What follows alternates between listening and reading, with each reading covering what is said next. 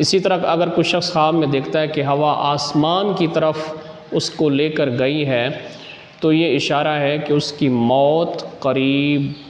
वाक़ई होने वाली है। इसी तरह अगर कोई शख्स ख्वाब में देखता है कि हवा आसमान से ज़मीन पर उसको लाई है, तो ये इशारा है कि वो शख्स बीमार होगा, फिर उसके बाद सेहत और तंदुरुस्ती और शिफा पाएगा। इसी तरह अगर कोई देखता है ख्वाब में कि वो हवा के ऊपर बैठा है, तो हवा के दोष अगर वो सफ़र कर रहा है, तो ये इशारा है कि वो शख्स बुज़ुर्गी और रुतबा पाएगा।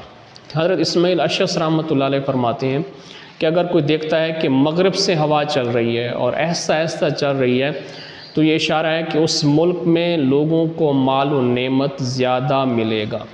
अगर वो देखता है कि शुमाल से हवा चल रही है और वो ऐसा ऐसा चल रही है, तो उस मुल्क में शिफा और राहत लोगों को नसीब होगा।